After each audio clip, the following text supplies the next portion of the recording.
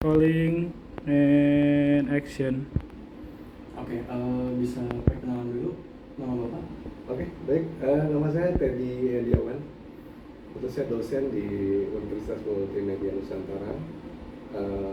Basis keilmuan saya sebetulnya di desain komunikasi visual, cuman melakukan pengembangan ke film, animasi, game, branding, dan ikut terlibat dalam pengembangan UMKM khususnya ada di Bandung, kemudian juga di beberapa tempat, sekaligus juga mengembangkan beberapa komunitas-komunitas di Bandung dan Jakarta. Oke, saya mau wawancara, jadi mempertanyakan beberapa pertanyaan terkait UMKM dan kesenjangan sosial yang juga bisa berkaitan dengan pemerintah. Oke, pertanyaan pertama, bagaimana peran pemerintah dalam mengurangi kesenjangan ekonomi melalui pemberdayaan UMKM di daerah yang tertinggal? Oke, kalau bicara kesenjangan tentu pasti ada ya. Setiap program itu tidak akan semua bisa tercapai mulus gitu ya. Karena saya lihat juga di dalam pemerintah dari sekian tahun ini banyak perubahan-perubahan kebijakan, terutama di masalah kebijakan ya. Karena selain kebijakan ini juga kan akan penting sebetulnya pertama kita harus masuk ke wilayah pemetaan. Jadi pemetaan itu seharusnya pemerintah itu membuat sebuah mapping gitu ya, mapping di dalam wilayah, tentunya baik Jakarta, Bandung atau Surabaya misalkan ya. Nah sebaiknya setiap daerah itu pemerintah harusnya melakukan pemetaan. Tujuannya apa? Tujuannya untuk memvisualisasikan UMKM yang emang sudah mandiri, ada yang lagi berkembang atau bahkan yang baru mulai. Nah ini yang harusnya pemerintah mulai memperhatikan fase-fase itu sebetulnya.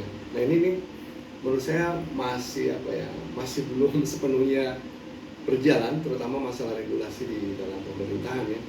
Jadi artinya pemerintah harus lebih holistik ya, mengerjakan tentang pemetaan tadi. Menurut saya pertama harus ada pemetaan. Saya udah beberapa masuk ke wilayah-wilayah di Jabodetabek juga saya coba masuk ke wilayah UMKM, ternyata ada beberapa daerah yang memang belum melakukan pemetaan. Misal contoh, misalkan di mana ya, Tangerang misalkan, atau di Bandung gitu ya.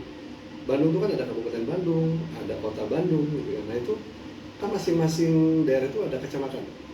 Ada yang 15 kecamatan, ada yang 30 kecamatan. Nah harusnya itu di mapping dulu. Karena kan masing-masing UMKM punya nih, ada yang di Kota Bandung ya misalkan ya, atau ada di wilayah kabupatennya ya, atau mau Tangerang atau apapun. Pada dasarnya kota dan kabupaten itu harusnya di mapping dulu ke beberapa kecamatan, keunggulan misalkan kekhasan keunikan dari si UMKM-nya ada apa aja. Nah jadi itu untuk menghindari kesenjangan tadi kalau menurut saya sih. Jadi pemerintah harusnya melakukan itu dulu sebelum, misalkan pemerintah sekarang sudah gencar misalkan memberikan bantuan, memberikan program gitu ya. Tapi menurut saya agak sulit ketika pemerintah turun ke daerah gitu ya, atau ke kota tanpa ada pemetaan.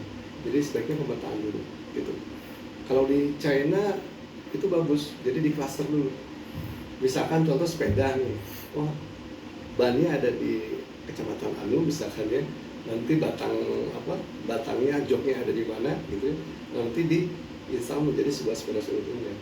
Nah kelemahan di kita kan UMKM itu ketika ada ada orderan dari luar yang cukup besar, mereka kelimpungan. Kenapa? Karena nggak siap secara ekosistemnya, jadi sendiri-sendiri gitu. Itu yang menjadi sulit sebenarnya. Oke, berarti fokusnya lebih ke pemetaan dulu ya. Betul, pemetaan itu menjadi penting, dan itu nyaris di daerah di Indonesia itu masih belum banyak pemetaan pemerintahnya. Tapi bikin program gitu ya, kasih dana, kasih biasanya semacam pemberian workshop gitu ya.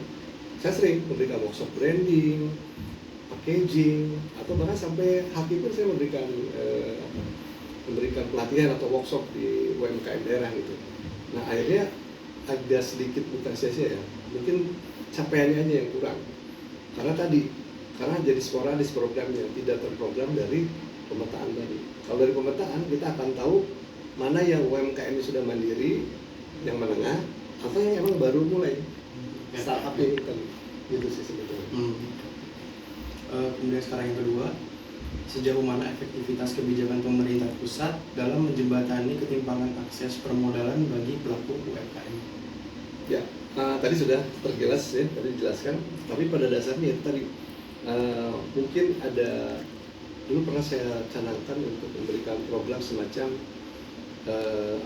ada mentoring. Nah, selama ini kan masih belum banyak program dari pemerintah itu yang diberikan kepada UMKM itu tidak ada kelanjutan, apalagi berkaitan dengan SDG ya. SDG itu kan pertumbuhan yang memang berkelanjutan. Nah, jadi pemerintah masih belum banyak yang sifatnya mentoring. Nah, dulu saya pernah ajukan bahwa sebaiknya program dari pemerintah, baik itu secara workshop, pelatihan, atau misalkan bicara tentang semacam misalkan memberikan permodalan gitu ya. Nah, sebaiknya itu ada ada mentoring. Contoh misalkan harusnya nggak terlalu banyak ya, misalkan ada 100 UMKM atau 50 UMKM diberikan workshop, lalu kemudian diberikan modal. Nah, nanti ada mentoring. Mentoring sebetulnya bisa bisa berkolaborasi dengan akademis, terutama yang jurusannya di manajemen bisnis ya. Jadi nanti startup atau UMKM ini dibina, dimentor mulai dari awal sampai dia mewasarkan produk misalkan. Itu ada pembinaan atau mentoring dari akademis ataupun dari kalangan mahasiswa, selalu lebih banyak. Gitu. Nah, selama ini masih belum semuanya diberikan sebuah mentoring. Menurut saya sih menjadi sia-sia ya untuk mencapainya tadi.